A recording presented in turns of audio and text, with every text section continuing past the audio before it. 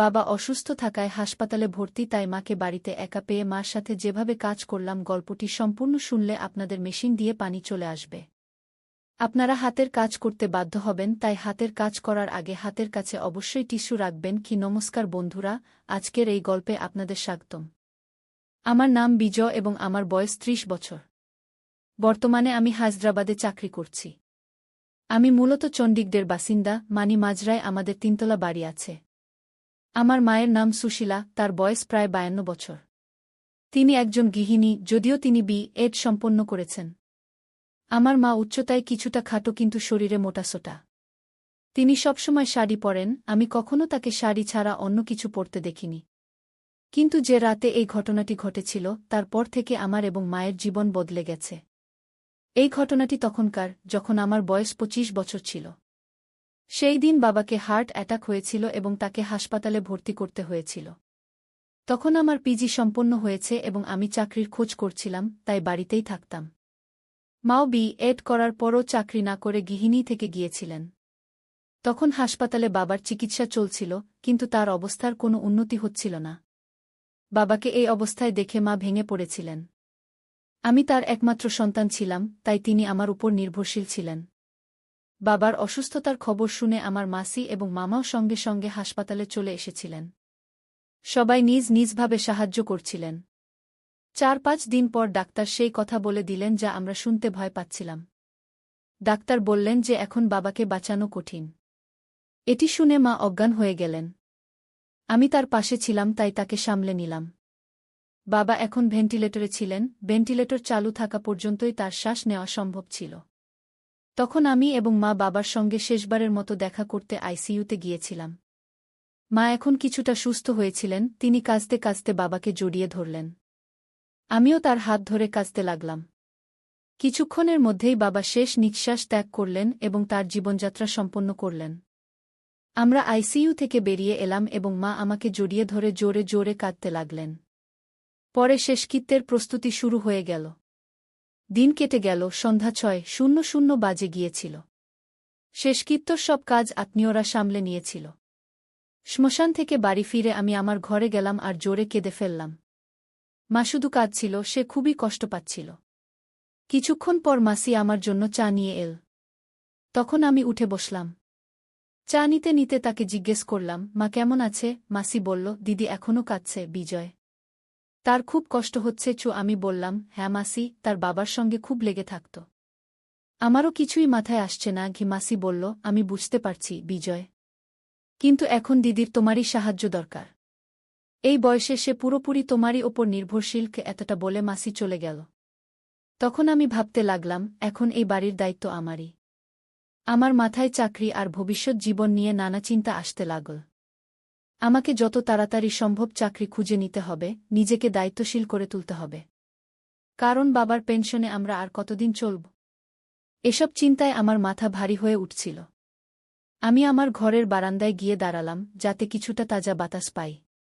এতে কিছুটা ভালো লাগল। লিভিং রুমে মা আর মাসি বসেছিল, আত্মীয়দের সঙ্গে কথা বলছিল। কিছুক্ষণ পর আত্মীয়দের ভিড় কমে গেল। মাসি আমার ঘরে এসে বলল, আমি খাবার তৈরি করি, তুমি এতক্ষণ মায়ের কাছে বসো। আমি হ্যাঁ বলে মায়ের কাছে গিয়ে বসলাম। আমাকে দেখে মা আমার গলা জড়িয়ে আবার কেঁদে ফেলল। আমি তাকে জড়িয়ে ধরে শান্ত করার চেষ্টা করলাম। আমার মা ফর্সা রঙের ছিলেন, এত কান্নায় তার গাল লাল হয়ে গিয়েছিল। তার চোখও ক্লান্ত দেখাচ্ছিল। সে আমাকে জড়িয়ে ধরে কাঁদতে লাগল। আমি তাকে বললাম, মা এখন আর কাঁদো না। যা হবার তা হয়ে গেছে। এখন আমি আছি না তোমার সঙ্গে? আমি সব সামলাব। মা বলল, হ্যাঁ বেটা, তোমাকে দেখেই এখন দিন কাটাচ্ছি। তোমাকে দেখলেই তার কথা মনে পড়ে। এত বলেই মা আরও জোরে কাঁদতে লাগল। এমন সময় মাসি বাইরে এল আর মাকে বলল, দিদি একটু খাবার খাও। দুটো লোকমা খেলে কিছুটা ভালো লাগবে। মা হ্যাঁ বলল। মাসি বলল, তুমি রান্নাঘরে চলো, আমি সাহায্য করি। তোমার খুব দুর্বলতা এসে গেছে। মা বলল, তুই রান্নাঘরে গিয়ে দেখ, আমি এসে সাহায্য করছি। এত বলে মাসি রান্নাঘরে চলে গেল। আমি মায়ের হাত ধরে সাপোর্ট দিয়ে তাদের রুমে নিয়ে গেলাম। তারপর মা বাথরুমে গিয়ে ফ্রেশ হয়ে এল। এখন তার মুখ কিছুটা ঠিক মনে হচ্ছিল। সারাদিনের দৌড়াদৌড়িতে সে খুব ক্লান্ত হয়ে গিয়েছিল। আমি প্রথমবার মাকে এভাবে দেখলাম। নিজের অজান্তেই আমার কিছুটা অদ্ভুত লাগছিল। এমন সময় মা বলল, বিজয় বেটা, তুমি কি আমার একটু সাহায্য করবে? আমি শাড়ি বদলাতে চাই, খুব দুর্বল লাগছে। আমি বললাম, হ্যাঁ মা, আমি আছি না। বলো, কি সাহায্য করব? মা বলল, প্রথমে দরজা বন্ধ করে দাও, আর আলমারি থেকে সেই সাদা শাড়িটা বের করে দাও। তখন দরজার পাশে দাঁড়িয়ে আমি বললাম, ঠিক আছে মা, আমি দিচ্ছি। তুমি শুধু এখানে বসো। তারপর আমি দরজা বন্ধ করে হলুদ রঙের ছোট বাল্ব জ্বালালাম আর আলমারি থেকে সাদা শাড়ি খুঁজতে লাগলাম। শাড়ি পেয়ে মাকে দিতে পিছনে ফিরে তাকালাম। কিন্তু পিছনে ফিরে যা দেখলাম তাতে আমি হতবাক। মা আমার দিকে পিঠ করে দাঁড়িয়েছিল। আমি কি বলব বুঝতে পারলাম না। দ্রুত শাড়ি মাকে দিয়ে দিলাম আর পিঠ ফিরে দাঁড়িয়ে গেলাম। এদিকে আমার মাথায় নানা রকম চিন্তা ভিড় করতে লাগল। এমন সময় মা বলল, বিজয় বেটা, আরেকটা কাজ করবে? আলমারিতে হলুদ রঙের আমার শাড়ি আছে, সেটা দেবে? এ কথা শুনে আমি অবাক। কিন্তু নিজেকে সামলে নিয়ে বললাম, হ্যাঁ মা, আর হলুদ শাড়ি খুঁজতে লাগলাম। শেষে ভাঁজ করা হলুদ শাড়ি পেয়ে গেলাম। সেটা খুলে দেখতেই তার ডিজাইন দেখে আমি হতবাক। এমন সময় মা জিজ্ঞেস করল, শাড়ি পেয়েছ কি বিজয় বেটা? আমি বললাম, হ্যাঁ পেয়েছি। তখন শাড়ি মাকে দিতে ফিরে দেখলাম মা এখনও পিঠ করে দাঁড়িয়ে। আমি হতভম্ব, কিন্তু নিজেকে শান্ত রেখে শাড়ি তাকে দিয়ে দিলাম। হলুদ বাল্বের আলোয় যা দেখলাম তা বিশ্বাস করার মতো কিছু নয়। তৈরি হয়ে মা বলল, বিজয় বেটা, তুমিও দ্রুত তৈরি হয়ে যাও। আমি এখানেই অপেক্ষা করছি। আমি ফ্রেশ হতে বাথরুমের দিকে গেলাম। মা বলল, আমার কাপড় বাথরুমে রেখে দেবে? আমি হ্যাঁ বলে দিলাম। তারপর সে একটা শাড়ি দিল, আর নিচে রাখা কালো চাদরও তুলে দিল। আমি চুপচাপ বাথরুমে গিয়ে দরজা বন্ধ করলাম। ভেতরে গিয়ে গভীর শ্বাস নিলাম। বাইরে এসে দেখলাম মা এখনও বসে আছে। আমি তার হাত ধরে উঠালাম আর তাকে খাওয়াতে নিয়ে গেলাম। খাওয়ার সময় মা খুব শান্ত ছিল। বাড়িতে এখন শুধু আমি, মা, মামা আর মাসিই রয়ে গিয়েছিলাম। বাকি আত্মীয়রা চলে গিয়েছিল। খাওয়ার পর মাসি আমাকে জিজ্ঞেস করল, বিজয়, ঘুমানোর ব্যবস্থা কি করব? আমি বললাম, মাসি, আজ আমি মায়ের পাশে শোব। সে আগে আসলে সে ইতিমধ্যেই সমস্যায় আছে। তুমি তো সকাল সকাল উঠতে হবে, তাই তুমি আমার রুমে ঘুমিয়ে পড়ো। মাসি বলল, আমরা লিভিং রুমে ঘুমোব। মাসি বলল, ঠিক আছে, তাহলে তাই করা যাক। রাতে যদি কিছু দরকার হয় আমাকে জানিও। মাসি রান্নাঘরের কাজ সেরে আমার রুম ও লিভিং রুমে বিছানা করে চলে গেল। আমি বেডরুমে গিয়ে দেখলাম মা সেখানে নেই। আমি দরজা বন্ধ করে কাপড় বদলাতে শুরু করলাম। যেই আমি শার্ট ও জিন্স খুলে নাইট ড্রেস খুঁজতে লাগলাম, অমনি বেডরুমের লাইট জ্বলে উঠল। পিছনে ফিরে দেখলাম মা ভিতরে চলে এসেছেন। তিনি চুপচাপ লাইট জ্বালিয়েছিলেন। আমি মেজাজ হালকা করতে জিজ্ঞেস করলাম, মা, আমি নিচে ঘুমোব, তুমি আরামে ঘুমিয়ে পড়ো। মা বললেন, বিজয়, আমার মনে হচ্ছে না আজ ঘুম আসবে। তুমি এখানেই আমার পাশে ঘুমাও। তারপর আমি ফ্যান চালিয়ে দেখলাম বেডরুমে শুধু একটি কম্বল আছে। আমি বললাম, মা, আমি আমার রুম থেকে কম্বল নিয়ে আসি। মা বললেন, বিজয়, মাসি ঘুমিয়ে পড়েছেন। আজকের জন্য এই কম্বলই ঠিক আছে। তারপর আমি এভাবে চালু করে দিলাম, বেডরুমের দরজা একটু বন্ধ করলাম এবং রুমের সব লাইট বন্ধ করে শুধু ডিম হলুদ আলোর বাল্ব জ্বালিয়ে বিছানায় চলে এলাম। তারপর মা মশারি টাঙিয়ে কম্বল গায়ে দিলেন এবং আমার দিকে পিঠ ফিরে ঘুমিয়ে পড়লেন। আমিও কম্বলে ঢুকে ছাদের দিকে তাকিয়ে শুয়ে রইলাম। এখন এসির কারণে রুমে ঠান্ডা অনুভূত হচ্ছিল। কিছুক্ষণ পর আমি মায়ের কান্নার আওয়াজ শুনতে পেলাম। মাকে এই অবস্থায় দেখে আমার অদ্ভুত লাগছিল। আমি মায়ের কাছে সরে গিয়ে তার কাঁধে হাত রেখে বললাম, মা, শান্ত হও। আমি জানি এটা তোমার জন্য খুব কঠিন, কিন্তু বাবা সবসময় আমাদের সঙ্গে থাকবেন। আর আমি তো আছিই তোমার দেখাশোনা করার জন্য। মা কাঁদতে কাঁদতে বললেন, বিজয়, তোমার বাবা অনেক কিছু দিয়েছেন। আজ তার ছাড়া বেঁচে থাকা খুব কঠিন হয়ে পড়েছে আমার জন্য। আমি মায়ের আরও কাছে সরে গিয়ে তার কাঁধে মাথা রাখলাম।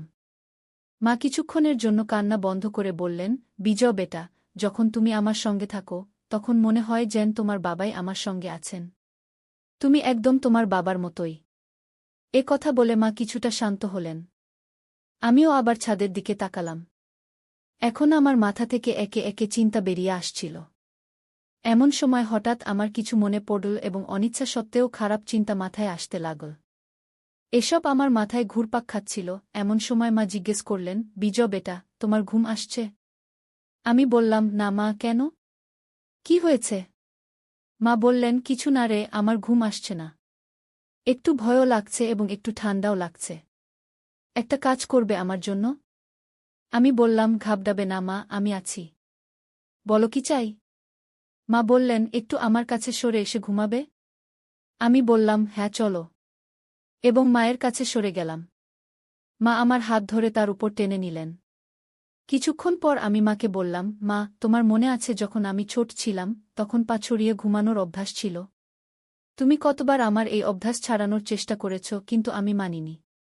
মা হেসে বললেন, তুমি আমার কথা কখনো শুনতে না, কিন্তু বাবা বললে মানতে। আর কয়েকদিন পর আবার সেই অভ্যাস। আমিও আবার আমার ছোটবেলার কথা বলে তাকে খুশি করার চেষ্টা করলাম, যাতে তার দুঃখ কিছুটা লাঘব হয়। আমরা দুজন কথা বলছিলাম, এমন সময় হঠাৎ মা বললেন, বিজয় বেটা, তোমার পা ছড়িয়ে ঘুমানোর অভ্যাস ছেড়ে গেছে নাকি এখনো আছে? আমি বললাম, পুরোপুরি ছেড়ে যায়নি, এখনো একটু আধটু আছে। মা বললেন, আমি জানতাম। কিছু না, আমার কাছে তুমি এখনো আমার বাচ্চা। যদি ভালো লাগে তুমি সেভাবেই ঘুমাতে পারো। এ কথা বলে মা আমার মাথায় হাত বুলালেন। এ কথা শুনে আমি মনে মনে খুশি হলাম এবং ভাবতে লাগলাম, এসব কি হচ্ছে? কিছুক্ষণ শান্তিতে কাটল এবং আমি মনকে প্রস্তুত করে অ্যাডজাস্ট করতে লাগলাম। ভাবতে ভাবতে অনেক সময় কেটে গেল, কারণ পরে যা ঘটল তা আমি স্বপ্নেও কল্পনা করিনি। ঘটনাটা এমন যে আমি ঘুমানোর প্রস্তুতি নিচ্ছিলাম এবং মাও তখন আমার দিকে ঘুরলেন দেখার জন্য আমি কি করছি। আমি মাকে জিজ্ঞেস করলাম, মা, কি হয়েছে? কি করতে হবে? মা বললেন, বিজয়, তুমি যা ইচ্ছা করো আমি মেনে নেব। শেষ পর্যন্ত তুমি আমার সন্তান। এ কথা বলে মা আমার মাথায় হাত বুলানো শুরু করলেন। আমি একটু বাইরে এসে জিজ্ঞেস করলাম, কি হয়েছে মা? তুমি ঠিক আছো? ভালো লাগছে তোমাকে? মা আমার চুল জোরে ধরে বললেন, তোমার বাবাও এমনই বলতেন। এ কথা শুনে আমারও জোশ চলে এল। এখন আর বেশি দেরি করা আমার পক্ষেও কঠিন হচ্ছিল। আমি মাকে বললাম, মা, এখন আরও কঠিন হয়ে যাচ্ছে। মা বললেন, হ্যাঁ রে, আমি জানি। আমিও কতক্ষণ থেকে অপেক্ষা করছি। চলো, এখন বেশি সময় নষ্ট করো না। এমন সময় মা ধীরে ধীরে আমার কানে বললেন, দেখো, তুমি তোমার বাবার মতোই। আমি হেসে বললাম, সত্যি? আমি মাকে বললাম, মা, সত্যি কি তাও? আমি জানতাম না তুমি এতে খুশি হবে। এটি শুনে মা বললেন, দেখো, এসব তোমার বাবার স্মৃতিতে হবে। আমি সবসময় তোমার বাবাকে তোমার মধ্যে দেখেছি, কিন্তু আমারও ধারণা ছিল না যে আজ এমন কঠিন সময়ে আমরা কথা বলব। আর সত্যিই আমি ভাগ্যবান যে তোমার মতো সন্তান পেয়েছি। আমি চিন্তা করছিলাম, এরপর এখন আমার দেখভাল কে করবে কি, এমন কথা বলতে বলতে মায়ের চোখ ভরে এল। আমি তাকে আবার সান্ত্বনা দিয়ে বললাম, মা, দেখো, এ শুধু তোমার দুঃখ নয়। এখন তোমার আর চিন্তা করার দরকার নেই। আমি তোমাকে কখনো একা ছাড়ব না। গিয়ে এবার মা আমার কাঁধে মাথা রেখে কাঁদতে লাগলেন। আমি তার অশ্রু মুছে দিয়ে বললাম, মা, আমি জানি বাবা আমাদের কখনো কোনো কিছুর অভাব হতে দেননি। কিন্তু যদি কখনো তোমার কিছু দরকার হয় তাহলে কোনো দ্বিধা না করে আমাকে বলবে। এখন আমাদের দুজনের মধ্যে কোনো কিছু লুকানোর কোনো কারণ নেই। এটি শুনে মা বললেন, তুমি যখন আমার সাথে থাকো তখন আমাকে আগের মতোই ডাকো। তোমার মুখে আমার নাম শুনতে ভালো লাগে। আমি বললাম, হ্যাঁ মা, আমার প্রিয় মা। আমরা দুজন এখন উঠে বসে গেলাম। মায়ের মুখে এক অন্যরকম উজ্জ্বলতা ফুটে উঠল, যেন তিনি একটি বড় চাপ থেকে মুক্তি পেয়েছেন। মুখ দেখে মনে হচ্ছিল তিনি খুব খুশি। তখন সকালের 1:00টা বেজে গিয়েছিল। মা উঠে ব্রাশ করতে লাগলেন।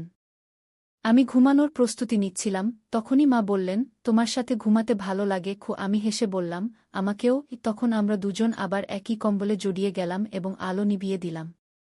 কখন ঘুমিয়ে পড়লাম তা টেরই পাইনি। সকালে যখন জেগে উঠলাম তখন 1:00 বাজে গেছে। আমি ঘরে একা ছিলাম। আমি কাপড় পরে ব্রাশ করে বেডরুম থেকে বেরিয়ে এলাম। মা, মাসি এবং বাকি অতিথিরা চা পান করছিলেন। আমাকে দেখে মা বললেন, বিজয়, উঠে এসো, চা নাও। আমি হ্যাঁ বলে মায়ের কাছ থেকে চা নিলাম। ঠিক তখনই দরজার ঘণ্টা বাজল। মাসি গিয়ে দরজা খুললেন। সেখানে আমার দাদি, অর্থাৎ বাবার মা দাঁড়িয়েছিলেন। আমার দাদি জাপানে চাচার কাছে থাকতেন। দাদা চলে যাওয়ার পর চাচা তাকে নিজের সাথে নিয়ে গিয়েছিলেন। বাবা হঠাৎ মারা যাওয়ায় তিনি তাড়াতাড়ি আসতে পারেননি। দাদি বাড়িতে ঢুকেই জোরে জোরে কাঁদতে শুরু করলেন। মাও তাকে জড়িয়ে ধরে কাঁদতে লাগলেন। আমার দাদির নাম ছিল সাবিতা। আমি তাকে ছোটবেলায় দেখেছিলাম। দাদা চলে যাওয়ার পর চাচা তাকে তাড়াতাড়ি নিজের সাথে নিয়ে গিয়েছিলেন। আমি অনেক বছর পর দাদিকে দেখছিলাম। দাদি অনেক বদলে গিয়েছিলেন। তার জীবনযাপন, কথা বলার ভঙ্গি সবই জাপানের মতো হয়ে গিয়েছিল। আমাকে দেখে দাদি স্নেহে আমার মুখে হাত বুলালেন এবং আমাকে জড়িয়ে ধরে কাঁদতে লাগলেন। আমি দাদিকে সান্ত্বনা দিচ্ছিলাম। পরের 1-5 থেকে 2-0 দিন শুধুই ব্যস্ততায় কেটে গেল। এখন দাদি চলে এসেছিলেন, তাই আমার এবং মায়ের জন্য বেশি সময় পাওয়া যাচ্ছিল না। রাতেও দাদি মায়ের সাথে ঘুমাতেন, তাই আমাদের একসাথে থাকার সুযোগ হচ্ছিল না। আমরা কথা বলতাম, কিন্তু চুপি চুপি, তাতেও এক অন্যরকম মজা ছিল।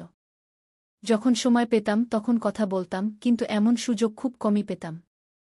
এখন বাবা চলে যাওয়ার 1 মাস হয়ে গিয়েছিল। দাদি তখনও বাড়িতেই ছিলেন। আত্মীয়স্বজনদের দেখা করতে আসাও কমে গিয়েছিল। মাসিও 1-2 দিনের মধ্যে নিজের বাড়ি চলে যাবেন। বাড়ির সব কাজ ধীরে ধীরে স্বাভাবিক হয়ে আসছিল। মাঝে মাঝে কোনো আত্মীয়ের ফোন আসত বা কেউ দেখা করতে আসত, আর তখন পুরনো স্মৃতি তাজা করে কান্না শুরু হয়ে যেত। একদিন দাদি বললেন, বিজয় বেটা, তোমার সাথে কিছু কথা বলতে হবে। আমি বললাম, বলো দাদি। দাদি বললেন, আজ তোমার বাবা চলে যাওয়ার 1 মাস হয়ে গেল। তোমার মা এখনও সেই শোক থেকে বেরোতে পারেননি। তাই আমি বলছি, তুমি মাকে মামার বাড়ি শিবপুরে নিয়ে যাও। সেখানে কয়েকদিন থাকলে সুশীলার কিছুটা স্বস্তি হবে। সুশীলা আমার মায়ের নাম। আমি বললাম, হ্যাঁ দাদি, আপনি ঠিক বলেছেন। আমি মায়ের সাথে কথা বলব। দাদির কথা আমার কাছে ঠিক মনে হল। মা এবং আমারও এতদিন পর একসাথে সময় কাটানোর সুযোগ মিলত। তাই আমি তাড়াতাড়ি প্রস্তুত হলাম এবং মায়ের সাথে এই কথা বললাম। মাকেও এই কথা ঠিক মনে হল। তারপর আমি মামাকে ফোন করে আমাদের আসার পরিকল্পনা জানালাম। মামা এবং মামি দুজনেই উৎসাহিত হয়ে প্রস্তুত হলেন। পরের দিন আমাদের বের হতে হবে, তাই আমি এবং মা প্যাকিং শুরু করলাম। কিছু প্রয়োজনীয় কাপড় নিয়ে আমরা ব্যাগ প্রস্তুত করলাম। পরিকল্পনা ছিল যে আমি এবং মা ফ্লাইটে ভুবনেশ্বর যাব। সেখান থেকে মামা নিজের গাড়ি নিয়ে আসবেন এবং আমরা শিবপুর মামার গাড়িতে যাব। মনসুন শুরু হয়ে গিয়েছিল, তাই আমরা তাড়াতাড়ি বের হওয়ার সিদ্ধান্ত নিলাম। পরিকল্পনা অনুযায়ী আমরা চণ্ডীগড় থেকে ভুবনেশ্বরের ফ্লাইট ধরার জন্য প্রস্তুত হলাম। ফ্লাইটে বসেই মা আমার কাঁধ ধরে ঘুমিয়ে পড়লেন। কিন্তু আমি নিজেকে সংযত রাখলাম। চণ্ডীগড় থেকে ভুবনেশ্বরের ফ্লাইট প্রায় 2 ঘণ্টার। তাই আমরা দুপুর 1টায় ভুবনেশ্বর পৌঁছে গেলাম। আমরা ভুবনেশ্বর এয়ারপোর্টে নামতেই সেখানে তীব্র বৃষ্টি শুরু হয়ে গেল। এয়ারপোর্টে পৌঁছে আমি মামাকে ফোন করলাম, মামা, আপনি কোথায়? আমরা ভুবনেশ্বর এয়ারপোর্টে পৌঁছে গেছি, কিন্তু মামা তখনও ভুবনেশ্বর পৌঁছাননি। আমি এয়ারপোর্টে মোবাইল বন্ধ করতেই জানতে পারলাম যে ভুবনেশ্বরের উপকূলীয় অঞ্চলে ঘূর্ণিঝড় এসেছিল। তাই তীব্র বৃষ্টি হচ্ছিল এবং ভুবনেশ্বরের সব রাস্তা বন্ধ হয়ে গিয়েছিল। আমি মায়ের সাথে এই সব কথা শেয়ার করলাম এবং আমরা সিদ্ধান্ত নিলাম যে ঘূর্ণিঝড় এবং বৃষ্টি থামা পর্যন্ত আমরা ভুবনেশ্বরেই থাকব। আমি মামা এবং দাদিকেও এই খবর দিলাম। সবাই এই পরিস্থিতিতে অসহায় ছিল, তাই কারও কোনো অসুবিধা হল না। তারপর আমি এয়ারপোর্টের কাছেই একটি ভালো 5 স্টার হোটেলে রুম বুক করলাম। সেখানে অন্য কোনো রুম পাওয়া না যাওয়ায় আমাদের 5 স্টার হোটেলের একটি ব্যালকনিযুক্ত রুমই বুক করতে হল। এই পরিস্থিতিতে আমরা দুজনেই খুশি ছিলাম, কারণ আমরা যতটা সময় চেয়েছিলাম ততটা সময় পেয়ে গিয়েছিলাম। এবং নিশ্চিতভাবেই কেউ জানত না। আমরা দুজনেই তখন যে কোনো ক্যাব পেয়ে গেলাম, তা বুক করে হোটেলে পৌঁছে গেলাম। সেখানে চেক ইন কাউন্টারে আমরা দুজনেই চেক ইন করছিলাম। আমি আমার নামে রুম বুক করেছিলাম, তাই আমি আমার ডকুমেন্ট দিলাম। ঠিক তখনই রিসেপশনিস্ট বলল, স্যার, আমাদের ম্যাডামেরও ডেটা চাই সিস্টেমে যোগ করার জন্য। আমি হ্যাঁ বলে মায়ের ডেটা দেওয়ার কথা ভাবছিলাম, তখনই মা এগিয়ে এসে নিজেই বলতে শুরু করলেন। মা বললেন, হ্যাঁ মিস সুশীলা পাটকর। মায়ের এই উত্তর শুনে আমি হতবাক হয়ে গেলাম। রিসেপশনিস্ট অপশন এবং রিলেশনশিপ জিজ্ঞাসা করলে মা বললেন, মিসেস এখন আমি। মায়ের মা বড় চোখে তাকালেন, আমাকে হালকাভাবে দেখে হাসলেন। আমি সব বুঝে গেলাম এবং আমরা দুজনই রুমে চলে গেলাম। রুমে ঢুকেই আমি দরজা বন্ধ করলাম। আমার ওয়াশরুমে যাওয়া দরকার ছিল, ভ্রমণ আর দৌড়াদৌড়িতে সময় পাইনি। তখন আমি মাকে একটু সরিয়ে বললাম, সুশীলা জি, শুধু 2 মিনিট, আমি এখনই আসছি। আমি তাকে একটু সরিয়ে দিলাম, কিন্তু সে সরে যাচ্ছিল না। তখন আমি নিজেই একটু সরে গেলাম। মা তখন বললেন, বিজয় বেটা, থামার দরকার নেই। আমি বললাম, 2 মিনিট, আমি ওয়াশরুমে যাচ্ছি। এ কথা শুনে তার চোখ জ্বলে উঠল। সে সঙ্গে সঙ্গে বলল, আমাকে গোসল করতে হবে। তখন আমি আশ্চর্য আর খুশিতে বললাম, আচ্ছা, গোসল করবে মা? মা হেসে বললেন, হ্যাঁ। আমাকে এসব কিভাবে জানবে? তিনি বললেন, তুমি কি ভাবো এত বছর ধরে তোমার বাবাকে কখনো অন্য কোনো মহিলার কাছে যাওয়ার দরকার পড়েনি কেন? কারণ আমি তাকে কোনো কিছুর জন্য কখনো না বলিনি। যা কিছু তার দরকার ছিল আমি বানিয়ে দিয়েছি। তার জন্য আমাকে ইন্টারনেট থেকে বিভিন্ন রেসিপি শিখতে হয়েছে। কিন্তু তখনই আমি এসব নতুন জিনিসের কথা জানতে পেরেছি। তখন আমি আশ্চর্য হয়ে বললাম, সত্যি মা? মা বললেন, হ্যাঁ সত্যি আমরা খুব ক্লান্ত ছিলাম, তাই দুজনেই ঘুমিয়ে পড়লাম। যখন উঠলাম তখন সন্ধ্যা 6টা বেজে গেছে। ক্ষুধা পেয়েছিল, তাই আমরা প্রস্তুত হয়ে হোটেলে পেট ভরে খাবার খেতে গেলাম। হোটেলে ভালো খাবার খাওয়ার পর আমরা দুজনেই রুমে ফিরে এলাম। রুমে একটা শান্তিপূর্ণ পরিবেশ ছিল। মা বললেন, বিজয়, আজকের সন্ধ্যা খুব বিশেষ। তখন তার চোখে একটা জ্বলজ্বলে ভাব ছিল, যা আমি আগে কখনো দেখিনি। আমি হেসে বললাম, হ্যাঁ মা, আজকের সন্ধ্যা সত্যিই বিশেষ। তারপর আমরা দুজনেই টিভি অন করলাম এবং কিছুক্ষণের জন্য একটা রোমান্টিক মুভি দেখতে লাগলাম।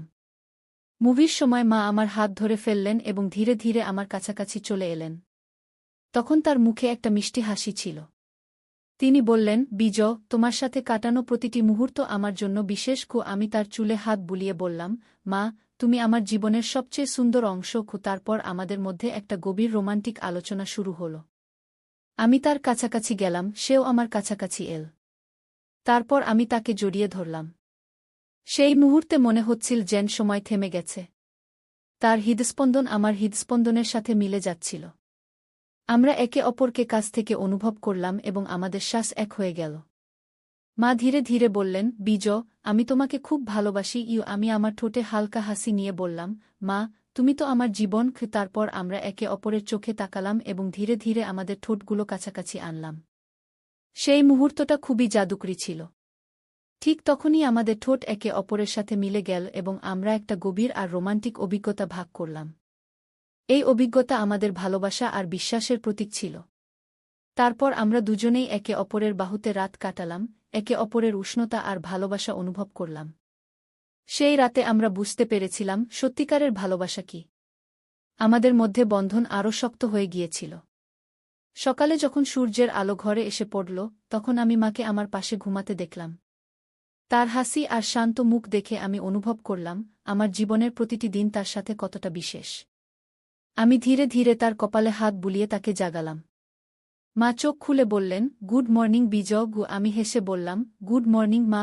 তারপর আমরা দুজনেই একটা নতুন দিন শুরু করলাম, এই জানতে পেরে যে আমাদের ভালোবাসা সবসময় এভাবেই শক্ত আর বিশেষ থাকবে।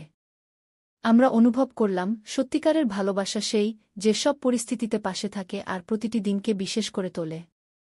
সেই দিন থেকে আমাদের জীবন আরও রঙিন হয়ে গেল এবং আমরা দুজনেই প্রতিটি মুহূর্তকে একে অপরের সাথে বাঁচার সিদ্ধান্ত নিলাম। তো বন্ধুরা, এটা ছিল আমাদের আজকের ছোট্ট গল্প। আপনাদের এই গল্প কেমন লাগলো কমেন্ট করে অবশ্যই জানাবেন। যদি গল্পটা ভালো লেগে থাকে তাহলে লাইক করুন এবং আপনার বন্ধুদের সাথে শেয়ার করুন। এ ধরনের আরও রোমাঞ্চকর গল্পের জন্য আমাদের চ্যানেল সাবস্ক্রাইব করুন এবং বেল আইকন টিপতে ভুলবেন না, যাতে আপনি আমাদের কোনো গল্প মিস